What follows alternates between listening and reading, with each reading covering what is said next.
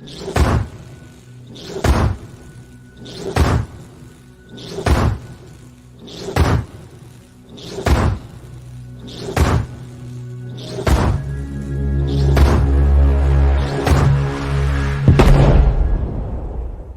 next guest is someone who has a very important cause, and her life changed when she found her daughter had lost her hearing or had poor hearing at the age of 2.5. She'll give more information about that, I'm sure. So I want her to tell you about who she is and what she's done.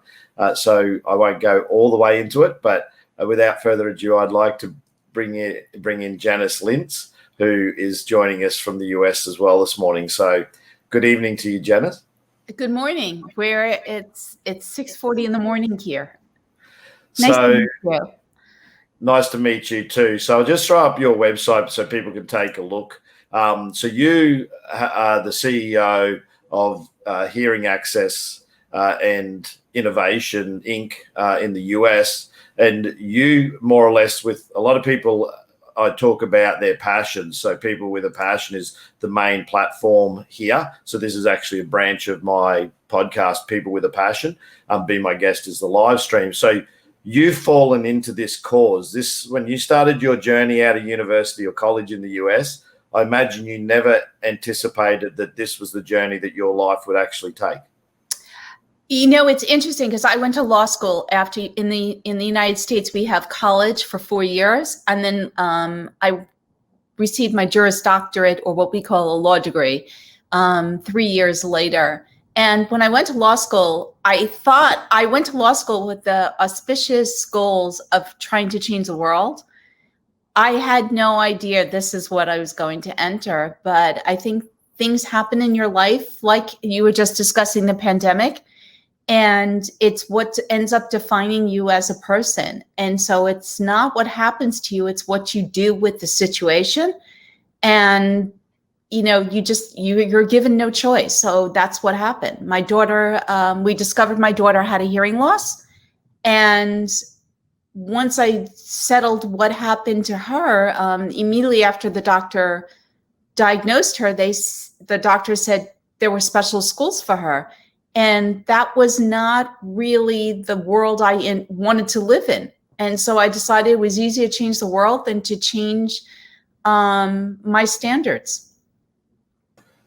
Yeah, so that's an amazing story in the sense that your life is really geared around this now. That this has become your life, and I'll let you talk to what your cause actually is, what you decided was important, and how you came to arrive at it. Obviously, having a daughter with hearing loss, you identified that hearing access in certain environments wasn't the best for people who are hearing impaired or whatever terminology or deaf that you use. And correct me if any of my terms are wrong. And that's part of the education process, that you're out globally educating people. You've been in the New York Times. You've also been in Scientific America. You've been profiled. I think you've got a number of other publications, and NPR, Fox Business. They've all profiled you. So what, coming to the question, what work are you doing to educate people globally around the importance of having hearing access? So it's people who are deaf and hard of hearing, but thank you for asking. Because you use person-first terminology, the disability should not define a person. And my daughter is hard of hearing. So when the bar was lowered for my daughter, and after I situated her, I realized that we lived in New York City, and there were so many places we couldn't go to because she couldn't hear. And the question was, how do we fix this? And what could I do? And I realized that technology existed. In fact, Australia is really has incredible access for people with hearing loss compared to the United States. As we're seeing now in the world stage, the United States is very behind in many areas, and one of them being hearing access. The Commonwealth countries are far, far ahead of the United States.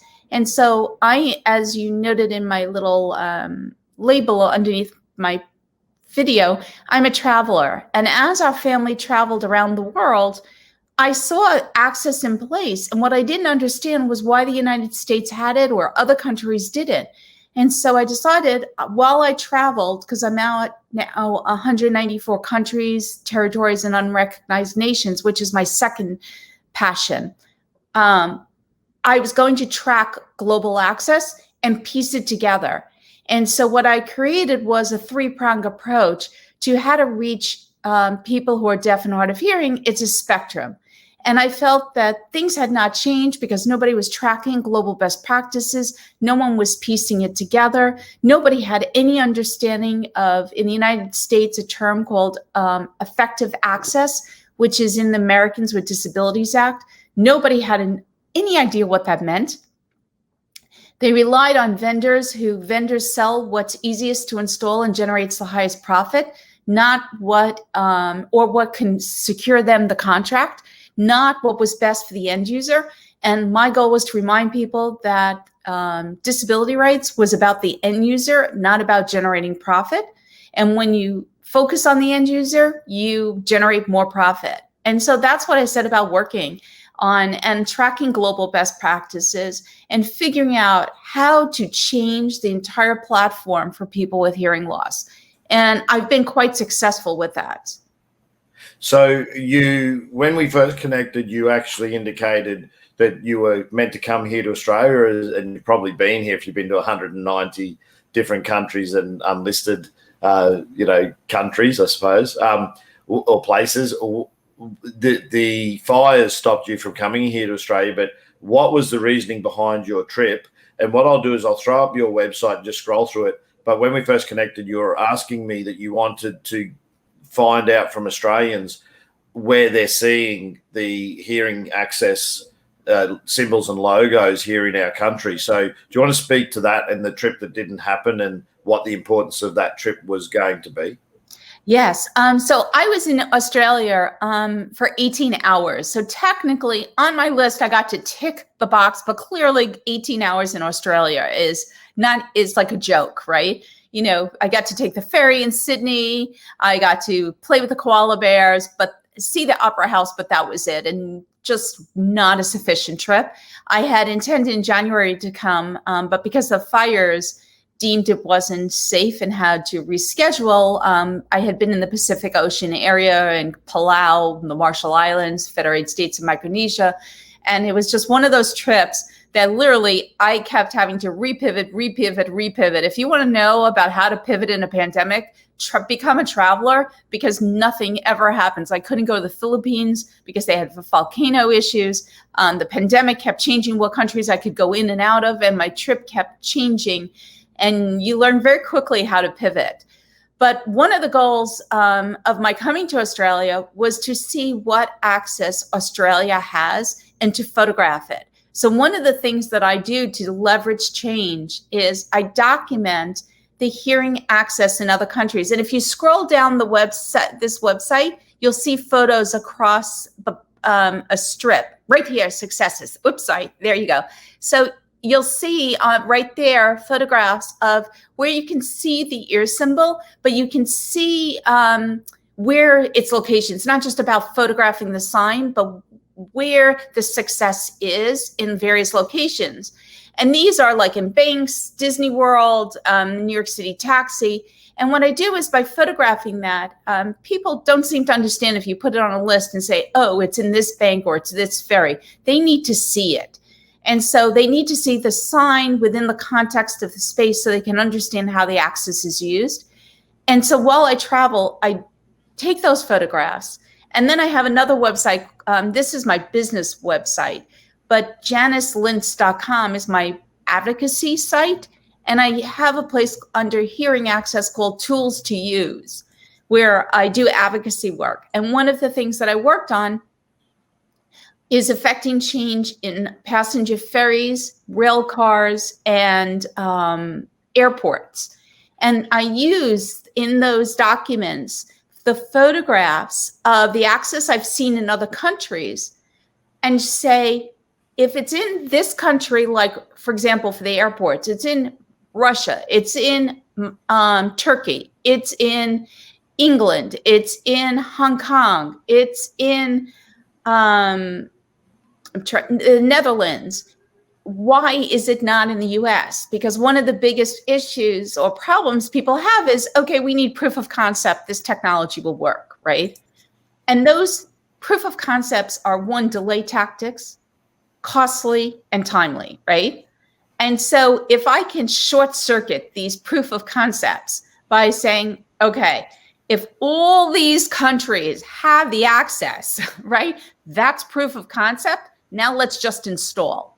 And that's what I try to do. And I've done that. So right now I'm working on ferries. And I know in Brisbane, Australia, the ferries have hearing access. And I have a few photos, but I would love to get more photos because it's also in British Columbia, Canada, and the US. Ferries, the US has this very interesting rule that I only learned about. It's called the Jones Act. And apparently, if for a ship to be flagged in the US, it must be built in the US. And as a result, you create this very insular industry. And if they say they can't put in an induction loop for people with hearing loss, and just to explain what an induction loop is, because many Australians, unlike Americans, may know because it's so prevalent, but an induction loop allows a person with a hearing aid or cochlear implant to hear sound directly in their hearing aid or cochlear implant when they flip the switch to the telecoil or T setting. And the person speaking is speaking to a microphone that doesn't project, but the sound electromagnetically goes into the hearing aid or telecoil. And I believe this is actually going to be very beneficial for people during the pandemic, because there are some cell phones that have a telecoil. And I'm actually now working with, in the US, an organization called CTIA, which is a membership organization for the mobile industry, and another site, a website called Gari, that tracks cell phones features globally, and trying to discern which exactly phones have this telecoil feature.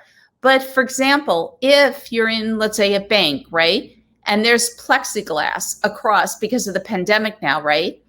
And if your cell phone has a telecoil and you slide it, let's say, through that little opening, and you put it on the T-coil setting, and you're wearing AirPod or headset, you should be able to hear the sound directly in your headset, because the telecoil in your phone will pick up the sound if there is an induction loop. The problem is trying to figure out which those phones are, because it's not so simple, and that's a project I'm working on. But for people, let's say, back to the ferries, if the access is on the ferry and there's an emergency, right? People with hearing loss need to have those instructions, and the way they receive them is through the telecoil in their hearing aid or cochlear implant. Now, this is going to be beneficial for everybody, because if we can then figure out which cell phones have the telecoil, then everybody can hear, even though those sounds are blurted. And, all of us cannot hear those microphone sounds, because what ends up happening is all these ferry companies buy really, really cheap microphones and never think about sound distortion. So this really could end up becoming universal access. But my goal is to figure out where in Australia is this access, because as you know, Australia's borders are closed right now for Americans for good reason. And it's going to be a while before I can then get to Australia. So if people can send me photos through my website, that would be just so super helpful. But the key is taking the picture of the sign and showing the context of where it's used. So I just want to check. I've typed your website. Is that the website? Yeah. You know what? What they can do, this is my. Do you have an email address? Do you have an email address? Right. So if you put an S between the Janice and the Lintz, Janice, Janice S. So this is for the email, Janice S Lintz @gmail.com. Just check that. I'll just pop it up there. So perfect. Okay, so that's if you see any hearing access signs, and I want to come back to the symbols that are on your website so you can explain each one.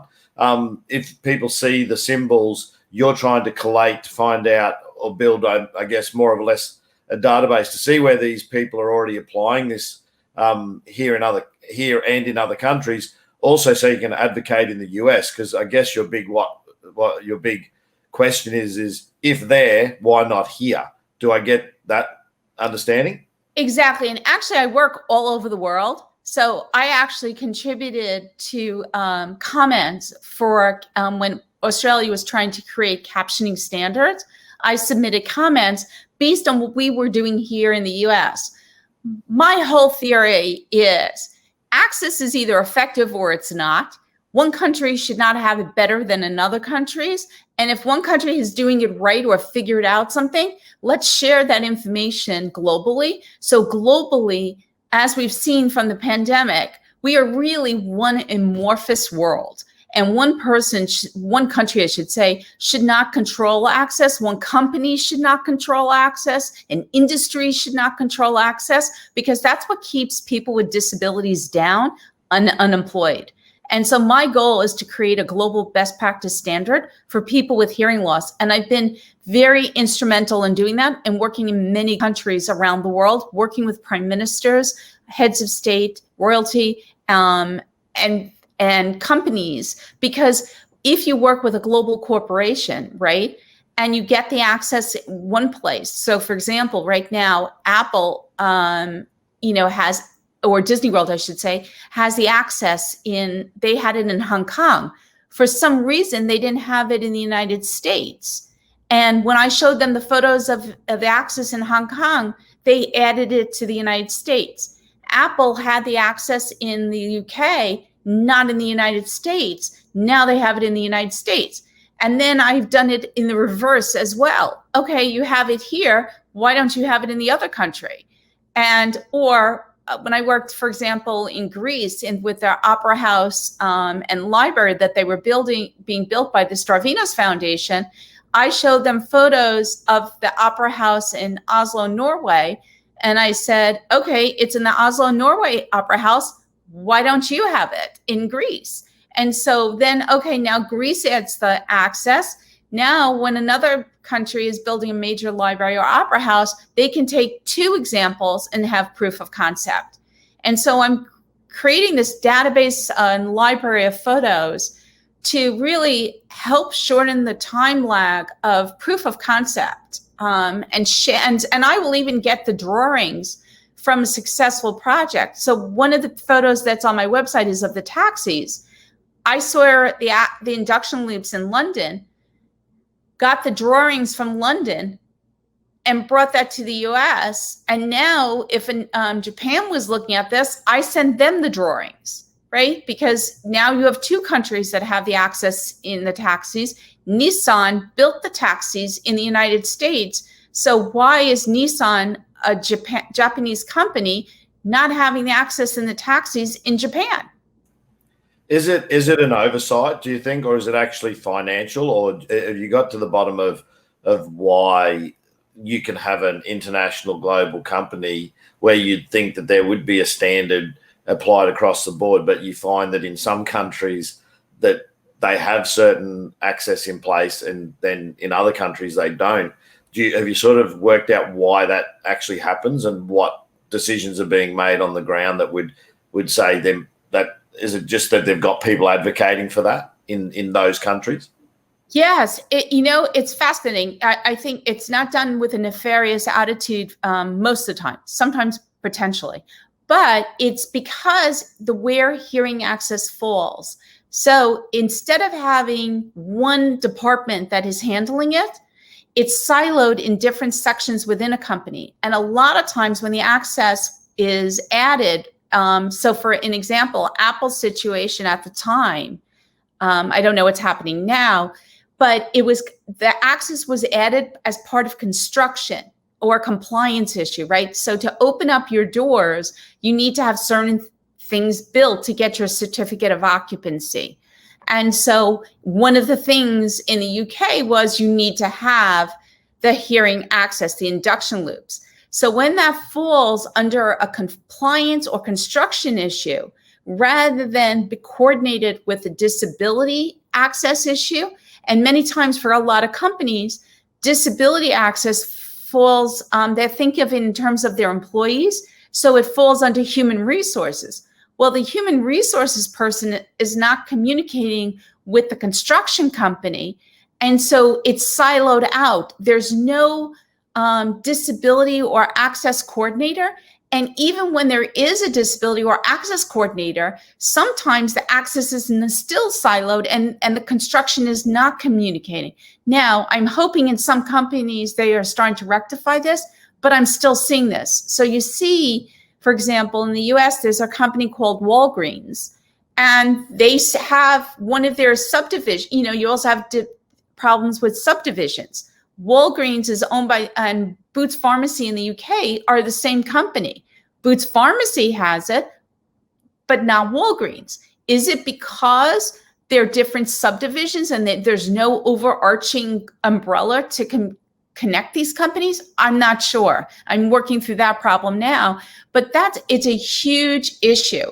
And many times it has to do with adherence to local law. The induction loop is put in as adherence to local law rather than a company mission statement of we are going to add access for people with hearing loss. Access for people with disabilities is overlooked. In the US right now, we are having a significant change based on race. And when people discuss diversity, they forget that the D in diversity stands for disability. And it is amazing to me how many times I have to correct people to say diversity and race are not one and the same. Disability is part of diversity. And so when they do, let's say, diversity panels, it is very unusual to see someone with a disability. And when they do have somebody with a disability, they will do a physical disability so that they can show, look, we have somebody with a disability. Hearing loss is an invisible disability, and you can't see it. You don't really see someone's hearing aids. So even when they do have someone with a hearing loss, they'll do someone who is deaf so you can see the sign language, not to minimize people who are deaf and the need for sign language.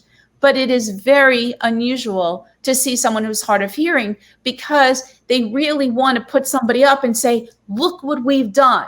We should receive accolades for including someone who has a disability. And when they do someone who's hard of hearing, you don't know they have a hearing loss, right?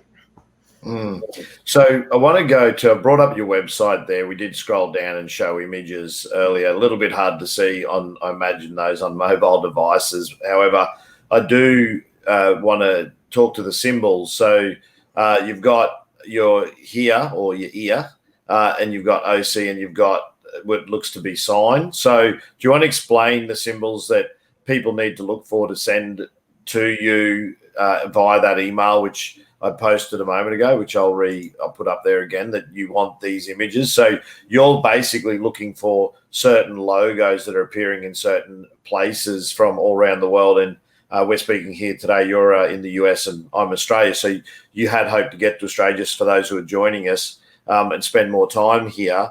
But so are they the symbols that they're looking for? Yes. So thank you for showing the website with the symbols, because that was a great idea. I was wondering, how are we going to do this? So what I have created is what I call the three-prong approach. Hearing loss is a spectrum, and depending on where you are on the spectrum, the access you need. And so what I have come up with is the three-prong approach. In order to have access for people with hearing loss, you need to have all three things every time there's sound, whether human or audio. You need audio, you need visual, and qualified interpretation. So qualified interpretation is sign language or cute speech. That's the one with the hands. That access I need less of because people seem to understand that because they could see it. The second is OC, or captioning. So that's when you go to a museum and you see captions on a video. For example, this platform doesn't have captions. companies like Zoom are adding captions. They're in beta test right now, but there's been a lag behind. So the key is adding that. But the critical one for, and people seem to understand the captions because they're starting to understand the younger generation uses captions for everything because they're multitasking and they have multiple screens. So people are starting to understand the captions, not perfectly, but better. The symbol on the left has variations depend on the assistive listening system that's in place. And one of the symbols that's similar to this one has a little T in the lower right corner. So wherever you see an ear symbol, that would be great if people could photograph it and showing me the context, because that's the one. And that's just saying you can bring the access for the audio symbol using either devices like an infrared or FM system where people wear a headset or a neck loop, a loop that goes around your neck. But the problem is, in a post-pandemic world, no one is putting anything on their head or around their neck or anything that has touched another human being again. It's going to be a long time before people feel safe putting something on their body from someone else. And so induction loop really is going to be the solution for people with hearing loss. And frankly, I think it's going to become universal access for everybody because of the plexiglass and people wearing masks. Nobody can hear. And they're going to want to know, how do we solve this? And the induction loop is going to be the solution, because once we know what if our phone has a telecoil in it, then everybody can use this wherever we are. Imagine if you could go to a show, right? And there's an induction loop and your phone has a telecoil in it. You put in your AirPods, right? And you turn your phone onto the telecoil and suddenly you can hear the theater show right in your ear. Or you go wherever it is you're going. Anytime there would be an induction loop, if you have a cell phone with a telecoil, you could hear directly in your ear. The problem is some companies are using something called hearing aid compatible, using proprietary information, a proprietary connection, sometimes Bluetooth enabled, and then you have to buy their headset, and nobody even knows what this hearing aid compatible means. In fact, in the United States, we have something that regulates cell phones, a government agency called the FCC, and I've submitted comments on this that nobody knows what the words hearing aid compatible means, and we need greater clarity. And really, the greater clarity is it should be T-coil compatible. And that's the only solution. So yes, getting those signs would be super helpful, and would really love it because I'm looking forward to the time I can visit Australia for a proper visit. Yeah, so I think that the work that you're doing is absolutely amazing. And one of the things I find with people with a passion is that they can fall into their passion, that you pursued law as a career. Interestingly, your advocacy for hearing in those that have hearing loss is actually your law degree has helped you in that. So do you want to speak to how having that degree has actually helped you, do the research and promote? And I'm looking for a word. I always lose the words when I'm asking questions. But, to actually, your law degrees helped you in presenting and arguing the case for these devices? It's interesting. I barely practiced law because I had children shortly after I finished law school. But I will say what law does is it helps you, it trains your mind in how to think. Although I think I've practiced more law getting a divorce than I did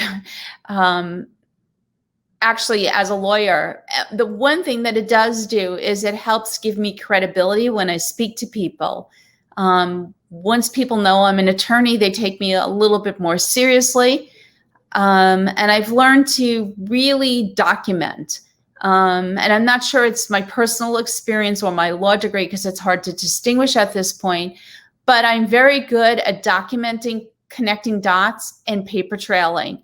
And so one of the ways that I've used my experience, and I don't know if it's as a lawyer or just my personal experience, is keeping phone logs. And this is something I recommend for anyone who's advocating any issue, is when you start to speak to someone, start a file on the project, right? Create a paper where you document the dates you spoke with someone, who you spoke to, a summary of the conversation, and what the next steps are. And especially note if they said anything that is really critical, either positive or negative, that you can use further. And then I use various color coding systems to maintain this. But what it does is it lets you see a pattern. It lets you see how long you've been negotiating the issues. And I've used and sent my phone logs to companies to show them how long I've worked on a project. So I don't know if this is from being a lawyer, from, being super organized, or my personal experiences, but it's really helped me. The phone log has really helped me. In fact, in the United States, after I testified before the subcommittee in Congress for national parks, I still was having problems getting the access in place. And I contacted the U.S. Secretary of Interior and sent a 17-page phone log to the Secretary of Interior, and said, when I was trying to work on getting Ellis Island accessible for people with hearing loss, and I said, you tell me what more I could do and who else I could contact, and whether there's been another mother in the world who has ever spent so much time to get a park accessible for their daughter's school trip. And the park is now accessible because the Secretary of Interior, I understand, thought it was ridiculous as well. And the park fixed the problems. So that is one skill that you don't necessarily have to be a lawyer, but it is really helpful. And I can't say, it's hard to say, my life is such a mush right now. I can't distinguish where one begins and one ends. Yeah. So that would be something that I would think happens when you do.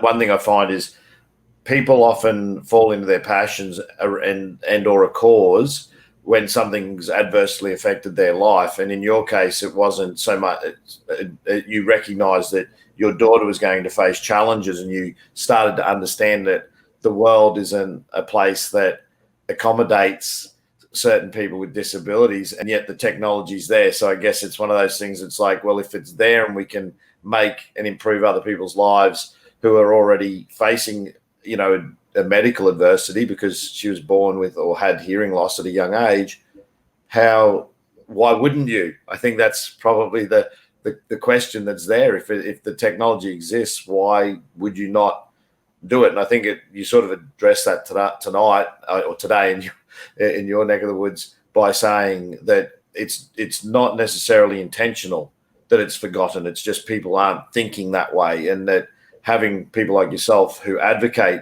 for it are able to show examples of where it's used in those projects so that it's addressed as a forethought rather than afterthought. Is that a good summary and assessment?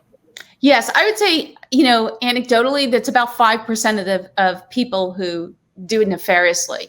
I think there is a place where some people do want to keep people with disabilities down for whatever horrible reason it is. But I should add, when I started this project, I don't think people were taking me seriously. But my daughter, who is now 26, went on to go to an Ivy League school in the United States, graduate top of her class, and is now an investment banker in London.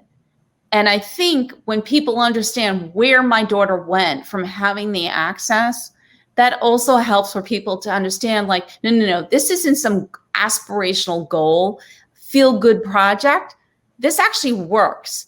And this is about employment. And while I love to tell my daughter how brilliant she is, and she thinks she's brilliant, I don't think she's any more brilliant than everyone else, because she just had the access she needed. And this is about employment, right? If people can hear, they can work proper jobs, not just the most, basic charity type jobs. This is about giving people opportunity. And we want people to give people opportunity because a hearing loss has nothing to do with a person's intelligence. It has to do with, you can't answer the question if you can't hear the question, right?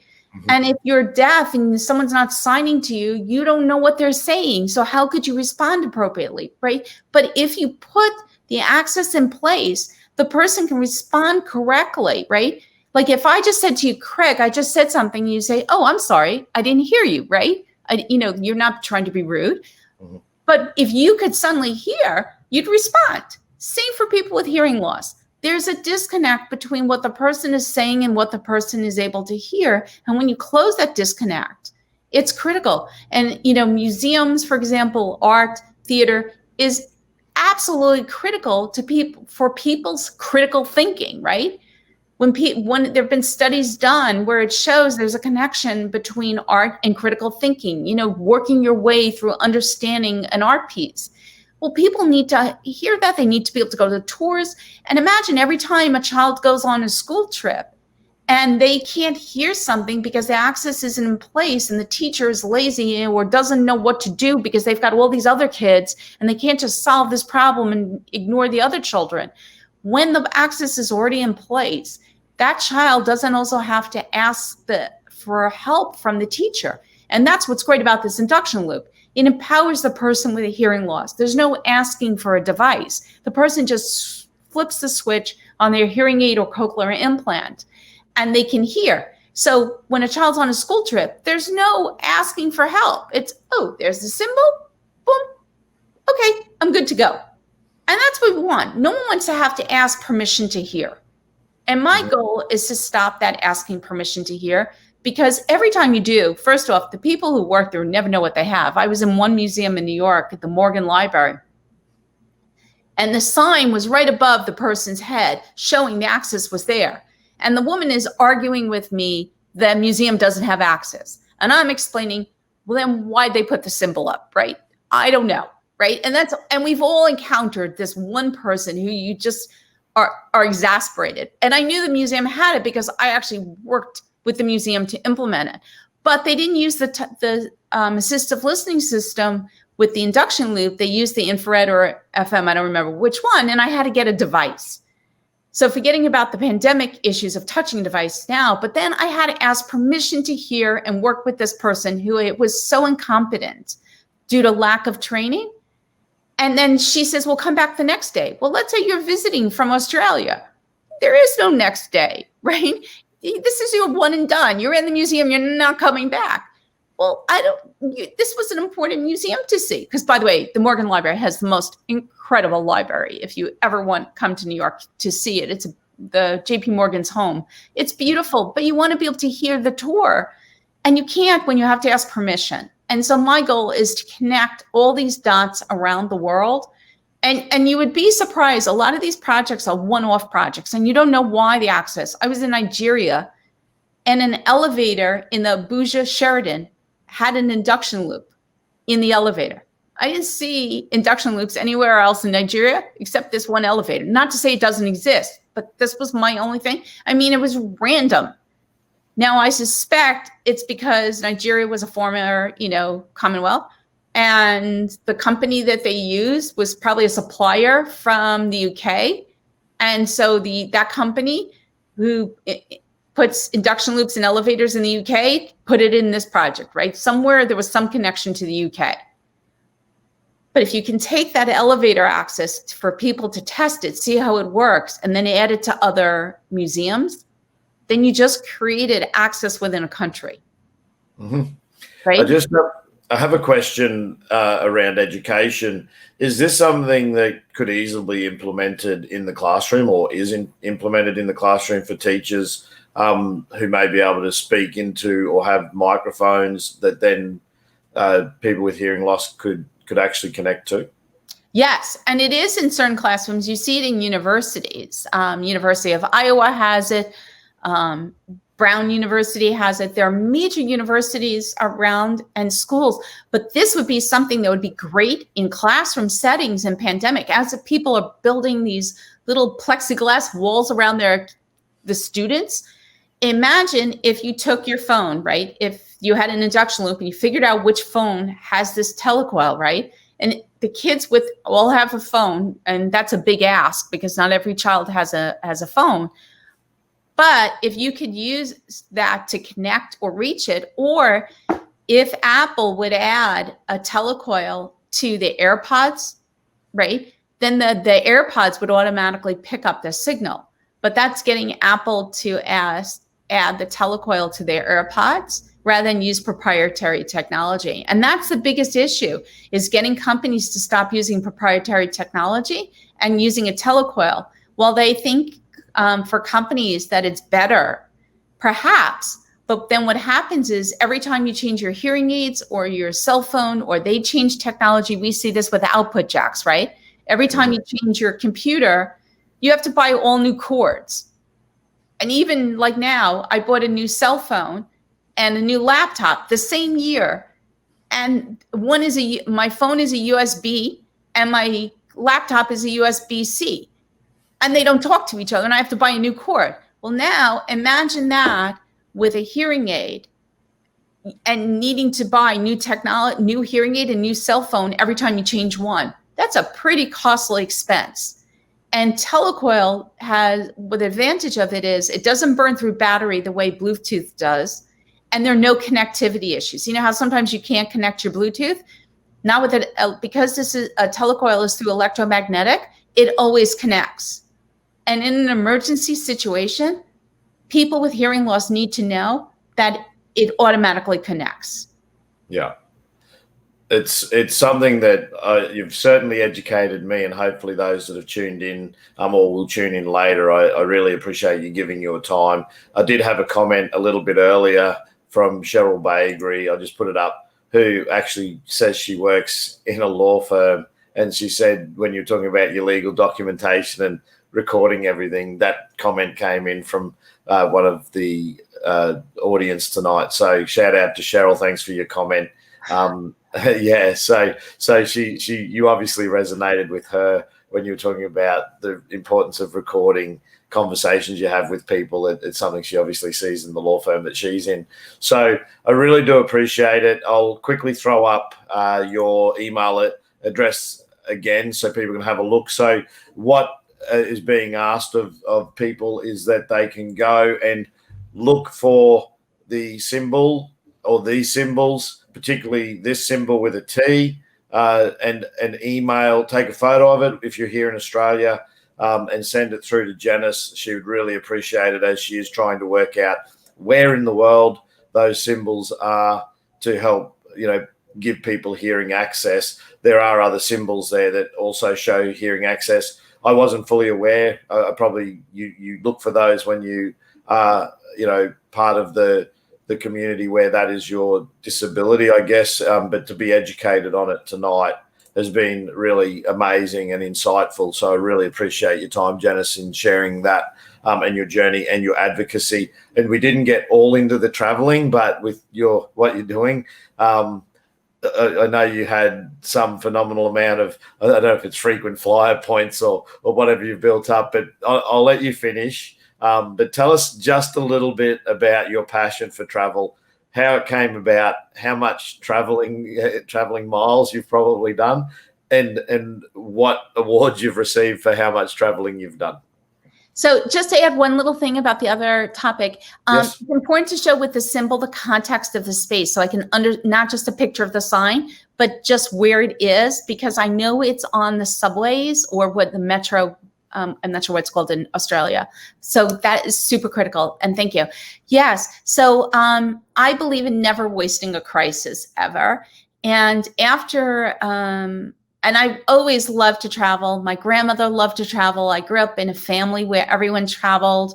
I traveled as a young child. My uncles used to send postcards from, far reaches of the world for someone who in the United States seemed like, where is Nepal? I had no idea. Remember, but this before internet. I had pen pals all over the world. I collected stamps. So I always had this lust for travel. And I think my travel really took off when I did the traditional American post-college backpacking trip. And I got to taste real cheese in France and real gelato, not some packaged nonsense that we in the States had in the 70s.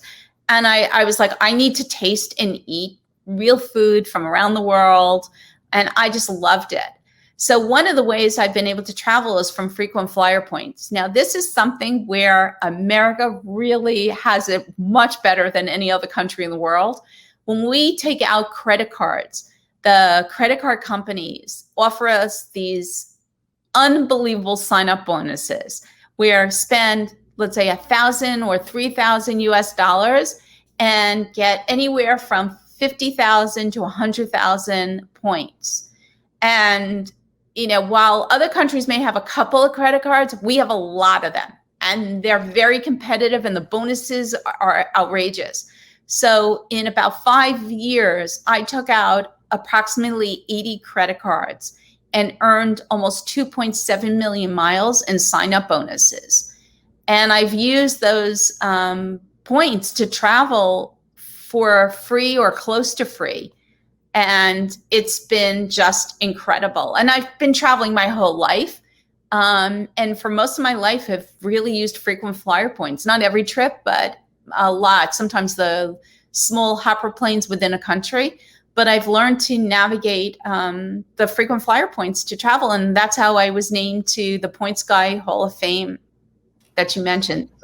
Yeah, so we didn't go into too much of your travel experiences. I'm sure you have some great stories, but I will bring it to an end tonight. We're at 9:30 p.m., so I do appreciate every moment that you've spent in entertaining and educating our guests on your very important cause. So the email's down there on the screen still, so if people could take the time to help Janice out by, if you identify the symbols we've discussed in the episode tonight, take a photo of not just the symbol, she said, also the area that it's in, so she can get a feel for where it is and what the environment is that these are being placed. I really do appreciate it. So thanks for giving your most valuable resource, which is your time.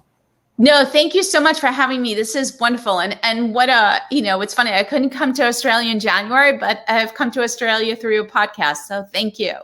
No worries. Take care, Janice. Look after yourself. Thank you very much. Thank you. Nice to meet you. You too. Bye. I hope you liked this episode. If you did, please give it a thumbs up and feel free to comment. If you haven't yet subscribed, hit the subscribe button and the notification bell to be advised of new interviews when they're uploaded. I hope you join us again sometime. Catch you later.